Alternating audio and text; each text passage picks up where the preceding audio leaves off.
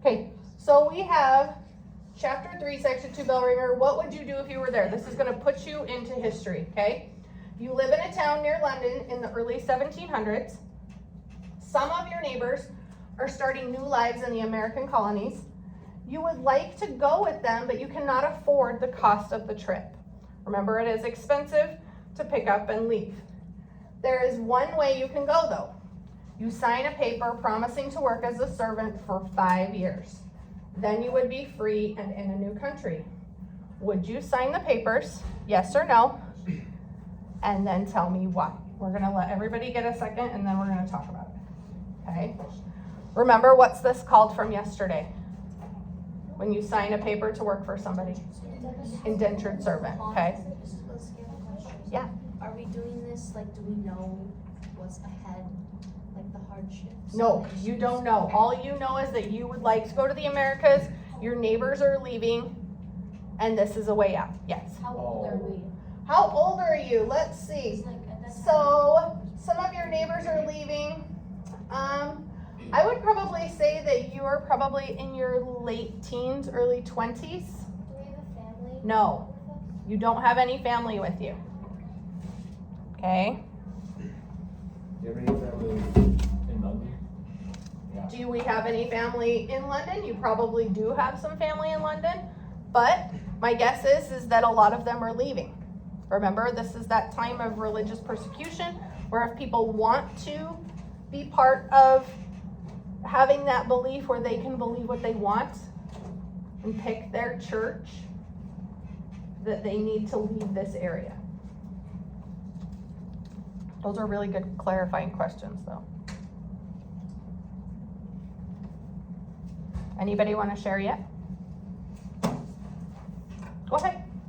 I wouldn't, because even after like serving the thing, I'd still be too poor to afford a house, so there's really no point. You wouldn't know. Because at this point, do they know that they're going to get land? They don't. Okay? They don't know if they're going to have land or not, right? So you would not go. That's one option. Blake. I wouldn't, because it's not really worth working for 5 years.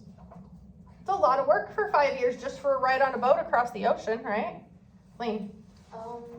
Don't they like pay for your house and stuff? While you're working there. Yeah, Yep. okay. So for 5 years, if you could, like you would have somewhere to stay, right? Mm-hmm. I would do it, but only if I could bring my dog. Only if you could bring your dog. Do you think your dog would survive the voyage, though? I would make sure he did. Yeah. Okay. Can you Alright. hear your arm? I don't think I would, because if I went to 5 years, I'd just try to like save up money if I really wanted to go. Right. Because if I didn't have like a family to provide for, it wouldn't be like as hard. So yeah. So yeah, you're by yourself right now. That's the key, is you're by yourself right now. Would it be easier to stay and try and save up to go later? Or would it be easier to go and start new? That's the hard choice. Thank you guys for sharing. Grab your notes, put your bell ringer away. We are doing section 2, chapter 3.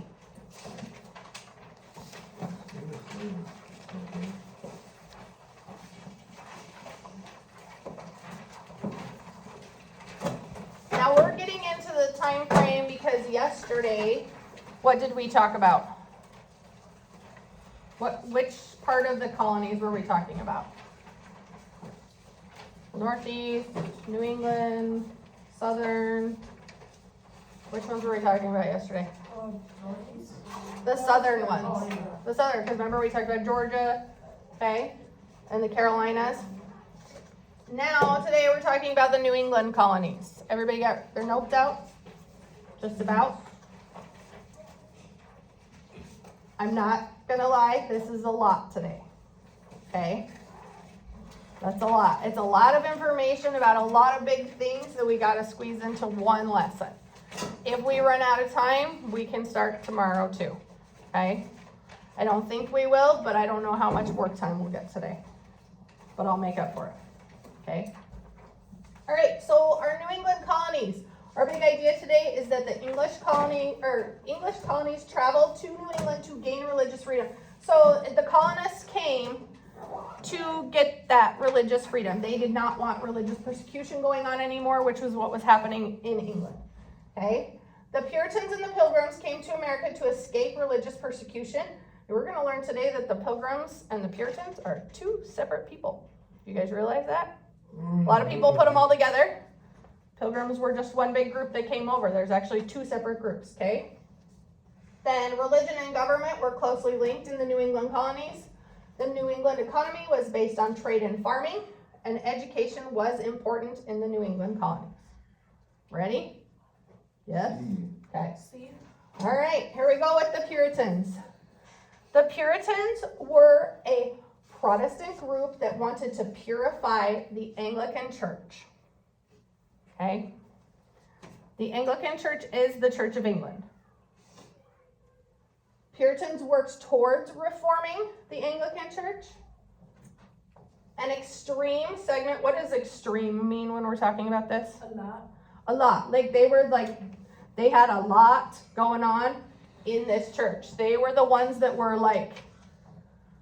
overwhelming, okay? They would push it into your face. They would say, this is what you need to do. So they were overwhelming. That's what extreme means, okay? They were called the separatists. They wanted to completely separate off from the Church of England and do their own thing, okay? So these were the people that are, you know how what we have in politics right now, we have your left and your right, right? Okay, what is your left? Democratic, okay? The right is Republican. Do we have people that can kind of like things that both people do? Both groups do? Yes, but do we have people that are super far to the Democratic side? Yes. Super far to the Republican side? Yes. Same thing, okay? So these guys did not want anything to do with the Church of England anymore. They called themselves the separatists, okay? They're completely separating. This is a big deal because nobody's ever done it before, okay? Now we have the Pilgrims. They were a group of those separatists. So they were one group part of the separatists that actually left. On September 16th, 1620, they came over to America on a ship named the Mayflower, which you guys have all heard of since third grade. Okay? The Pilgrims were immigrants, which means people who leave their country of their birth to live in another country. You can circle that or star it. It is one of your vocab words, but it's going to be important. Why do you think they actually wanted to leave England? They're part of this group that separates, and those people are still staying, but this group really was we got to get out. Religious freedom. What? Religious freedom. Religious freedom, but why do you think they've already got a group that's separating from the church, so they're going to try and have religious freedom in England? Why do you think they wanted to leave? Probably because they're criminals? I don't know, dude. Blake? Because they might attack them or something. Huh? They could be fearful. Kyra? Well, also because maybe they wouldn't want to have to be separated. They just want to be accepted, kind of. Want to be accepted. I really like that answer. Does everybody really want to be accepted? Most of the time, is it kind of in our DNA to be accepted by a group? Yes. Okay. Mayflower and food we're going to talk about. Prior to landing, they signed the Mayflower Compact. This was a legal contract that they actually signed on the boat, that they agreed to have fair laws to protect the general good. What that means is that these are going to be laws that actually protect the people that are with that group, okay? They landed at Plymouth Rock in the late 1620s. Nearly one half of the Pilgrims would actually die that winter from cold and sickness. Squanto, who was a local Native American that was introduced to them, helped the Pilgrims by teaching them how to farm and survive in their new home. They hosted 90 guests to celebrate their first successful harvest in 1621, and this is what we know as the first Thanksgiving. The reason that it is the first Thanksgiving is because Squanto and these other Native Americans actually taught them how to farm with corn and all those things that you do not see in this picture. So, do you think they had any of that? Maybe if this is squash down here or something. Okay, probably sweet potatoes, but I'm gonna guess they did not have a giant turkey with the dressing, okay? You get a short little video about the Mayflower Compact. When the Pilgrims finally reached America, not only were they really late, but they were in the wrong place. They had landed far to the north of Virginia. This was a big deal because this was not where the land patent stated they were to settle, and it meant that winter would soon be upon them, and they were low on food and supplies. Before disembarking, the Pilgrims would sign the Mayflower Compact. The Pilgrims knew that some earlier settlements in the New World had failed due to the lack of government. The Mayflower Compact was a social contract in the form of a sacred covenant sworn before God, in which the settlers stated their purpose for coming and consented to follow the rules and regulations of the government for the sake of survival. The government, in return, would derive its power from the consent of the governed. The short little agreement is often referred to as the very foundation of the Constitution of the United States and a cornerstone of American government. Future U.S. President John Quincy Adams, who also had ancestors on the Mayflower, would later describe the Mayflower Compact as the only instance in human history of that positive original social compact, a compact that many believed to be the only legitimate source of government. Some modern textbooks have stripped out the compact's sacred language in order to be politically correct. Find an unaltered copy and read it. And while you're at it, read the Declaration of Independence and the U.S. Constitution. But That's where it stops, okay? The reason that he said they stripped down the version for textbooks and stuff like that is because a lot of people don't like to refer to it as a covenant anymore. They just say it's a contract. Covenant usually means it has religious followings within that contract. At the time, yes, it probably did, but were there people on that same boat that were going over there that weren't part of that religious group, that weren't pilgrims? Yes, okay. All right, now we're getting into economy. We had,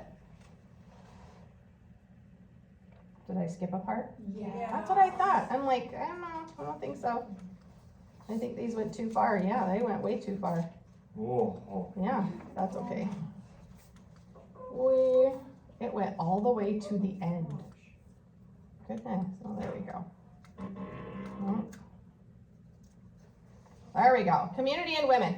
Family was important to the Pilgrims as it served as the center of religious life, health care, and community well-being. Women were the people who taught everyone how to read and write, including indentured servants.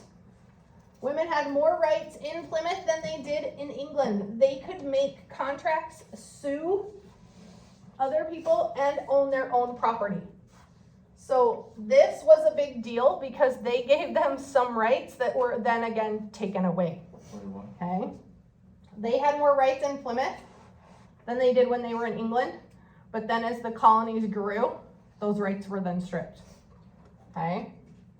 Great Migration. Economic, political, and religious problems in England led to an event called the Great Migration. What does migration mean? Everyone moves to move. Movement. Yep, movement from one place to another, okay? This happened between 1629 and 1640. More than 40,000 people moved from England to the English colonies in the Americas. That is a lot of people. 40,000 people. That's like Alexandria in the summertime, okay? That's a lot of people, okay? Massachusetts Bay Company was formed when King Charles granted a charter to Puritans and some merchants. Remember, what's a charter? We learned about it yesterday. Yeah. It's like a paper that says that someone can like start a new colony somewhere. Yep, and who gives the charter? King. Kings. Yep, the kings, okay? So when you get a charter, it's basically that contract that says you can start your colony. Now we have a city upon a hill. This is John Winthrop. He was the leader of a Puritan group. He thought they were supposed to build the ideal Christian community. Eventually, this was absorbed into the Plymouth colony as it did not work out as well as he had hoped. When you have a pure Christian community, that ideal Christian community, are you always going to have people that are not going to be part of that or not want to follow all the rules? Yeah. Am I going too fast? No? Okay. Government and religion. They established a general court, so a very first type of government that turned into self-government. Politics and government were linked, as government leaders were also church members. So we have a church and state mix right now, okay?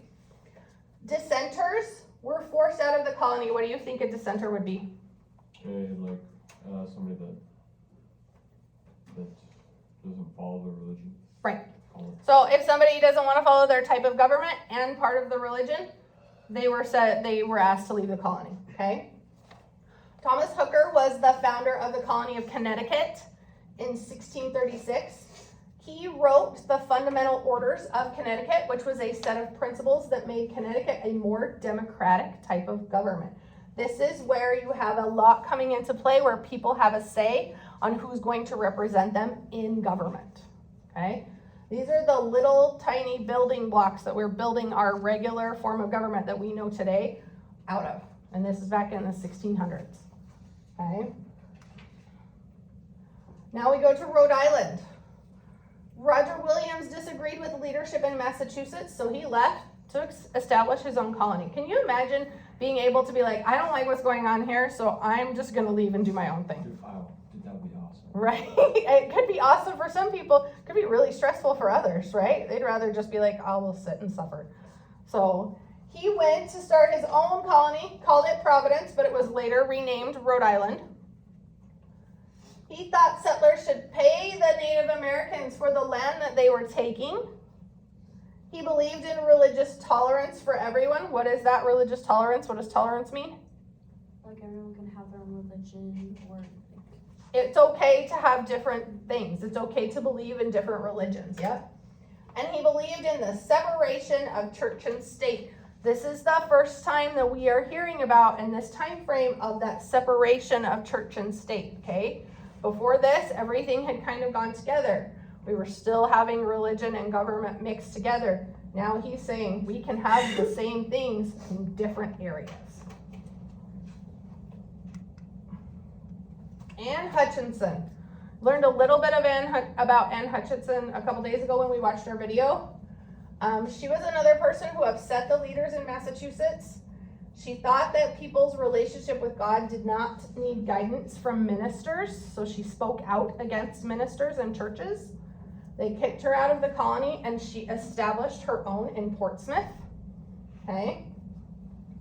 She was an extremely outspoken person who did not really care what the government or the church thought about her.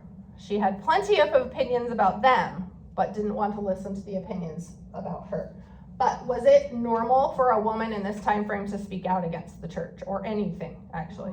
No, not really. Okay, now we get into witchcraft. Who's heard of the Salem witch trials? I hope you all have, okay?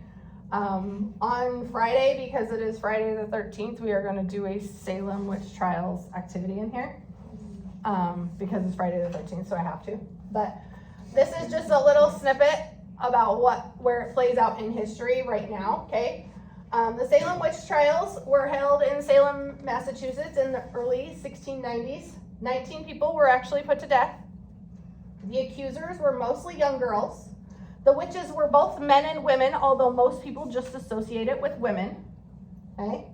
The courts often pressured the accusers or the accused for confessions against the accusers.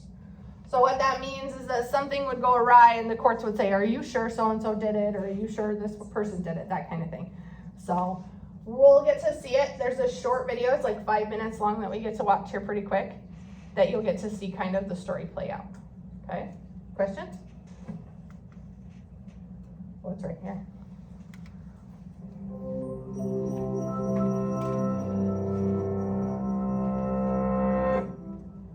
You've been accused of a crime you did not commit. It's impossible to prove your innocence. If you insist that you're innocent anyway, you'll likely be found guilty and executed. But if you confess, apologize, and implicate others for good measure, you'll go free. Do you give a false confession or risk a public hanging? This was the choice facing those accused of witchcraft in the village of Salem, Massachusetts, between February 1692 and May 1693. They were the victims of paranoia about the supernatural, misdirected religious fervor, and a justice system that valued repentance over truth. Salem was settled in 1626 by Puritans, a group of English Protestants. Life was strict and isolated for the people of Salem. Battles with their Native American neighbors and groups of French settlers were commonplace. People feared starvation and disease, and relations between villagers were strained. To make matters worse, 1692 brought one of the coldest winters on record. That winter, two cousins, 9-year-old Betty Paris and 11-year-old Abigail Williams, started behaving very strangely. A physician found nothing physically wrong, but diagnosed the girls as under an evil hand. Puritans believed that the devil wreaked havoc in the world through human agents, or witches, who blighted nature, conjured fiendish apparitions, and tormented children. As news swept through the village, the symptoms appeared to spread. Accounts described 12 so-called afflicted girls contorting their bodies, having fits and complaining of prickling skin. 4 of the girls soon accused 3 local women of tormenting them. All 3 of the accused were considered outsiders in some way. On February 29th, the authorities arrested Sarah Good, a poor pregnant mother of a young daughter, Sarah Osborne, who had long been absent from church and was suing the family of one of her accusers, and Tituba, an enslaved woman in Betty Paris's home known by her first name only. Tituba denied harming the girls at first, but then she confessed to practicing witchcraft on the devil's orders and charged Good and Osborne with having forced her. Osborne and Good both maintained their innocence. Osborne died in prison, while Good's husband turned against her in court, testifying that she was a witch or would be one very quickly. Good's 4-year-old daughter was imprisoned and eventually gave testimony against her mother. Meanwhile, Good gave birth in jail. Her baby died, and she was convicted and hanged shortly thereafter. Tituba was held in custody until May and then released. These 3 victims were just the beginning. As accusations multiplied, others, like Tituba, made false confession to save themselves. The authorities even reportedly told one accused witch that she would be hanged if she did not confess and freed if she did. They were not particularly interested in thoroughly investigating the charges. In keeping with their church's teachings, they preferred that the accused confessed, asked for forgiveness, and promised not to engage in more witchcraft. The court accepted all kinds of dubious evidence, including so-called spectral evidence, in which the girls began raving when supposedly touched by invisible ghosts. Complicating matters further, many of the jurors in the trials were relatives of the accusers, compromising their objectivity. Those who dared to speak out, such as Judge Nathaniel Saltonstall, came under suspicion. By the spring of 1693, over 100 people had been imprisoned, and 14 women and 6 men had been executed. By this time, accusations were starting to spread beyond Salem to neighboring communities, and even the most powerful figures were targets. When his own wife was accused, the governor of Massachusetts colony suspended the trials. Sentences were amended, prisoners released, and arrests stopped. Some have speculated that the girls were suffering from hallucinations caused by fungus, or a condition that caused swelling of the brain. But ultimately, the reason for their behavior is unknown. What we do know is that adults accepted wild accusations by children as hard evidence. Today, the Salem witch trials remain a cautionary tale of the dangers of groupthink and scapegoating, and the power of fear to manipulate human perception. Weaponized accusations of witchcraft were around for millennia before reaching the village of Salem. Travel to the ancient city of Alexandria, and follow the tragic story of Hypatia, a renowned scholar and political advisor brought down by. Okay, so that video just shows you how easily people were persuaded. So they called it groupthink. People were persuaded into thinking things that they may not have thought otherwise, right? That's called a groupthink perspective. Do we still have groupthink perspective in today's time? Yes. Yes. What is it fueled by now? What does every single one of you almost have in your pocket? A phone, right? Social media. You have all kinds of ways that people can persuade your way of thought. So we're going to dive into that a little bit more on Friday. We'll finish up. I think we have a couple more slides left, okay? New England economy, the harsh climate and rocky soil limited the amount of cash crops that could be grown. What were those cash crops? What was a cash crop? Something that could be what? Grown cheap, sold high, right? So the biggest cash crops were like corn and tobacco, indigo. This type of rocky soil, is that going to grow great stuff? Not usually, right? Do we see a lot of rocks out here in our fields? Nope, because stuff doesn't grow where there's rocks, okay? There was very little need for farm laborers or slaves or enslaved people because you didn't have big plantations. Merchants traded goods locally with other colonies and overseas. Fishing and shipbuilding were very important to this region's economy, and colonists hunted for whales that swam close to shore, okay? You can put it in the box, thank you. New England economy, skilled craftspeople were very important to the northern economy. Younger boys would become apprentices to older men. What is an apprentice? We have apprentices today, yes or no? We do? I see some heads nod, yes. What is an apprentice? Who knows? Has anybody ever heard? You wanted to raise your hand. Hang on. No? Okay, Cal. It's a person that studies and lives with someone that's really good, someone that's really good at something to learn it. Okay, they don't have to live with them, but they can. Yep. Yeah. So around here, especially, you usually see apprentice in like electrician or HVAC kind of a thing. So you have an apprentice who works underneath somebody and they learn from the master electrician or the master HVAC, that kind of thing, how to do that job. It's a learn on the job kind of a thing, okay? This started in this time frame. So they could learn stuff like blacksmithing, weaving, shipbuilding, printing. They lived and worked with their person for a number of years. That's how you got to that level. Apprentices would become a journeyman first and then eventually a master craftsman. Education in the colonies. Education was extremely important in New England. Public schools were set up in every township that had 50 families or more. So they're actually bringing school into play in these new settlements, okay? Children used the New England Primer, which helped them learn to read and write. It was their version of a school book, okay? In 1636, John Harvard established Harvard College. William and Mary, Virginia, was the second college established in the colonies in 1693. And by 1700, 70% of men and 45% of women could read and write. That's a big jump from how many in England, okay? Do we still have Harvard College? Is it? It is not a college anymore. It's a university, but it is still around. So it's been around since 1636. It's a very, very long time. We are wrapped up. You guys have just about 5 minutes. If you want to start working on the worksheet for section 2 in your worksheet packet, that would be a good idea. Tomorrow will be a work day to have time for that though. Okay? All right. Questions? Yes. You only have 5 minutes, so we're staying in our seats.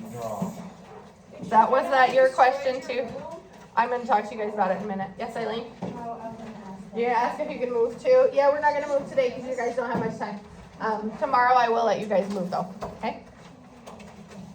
Did you figure out who did the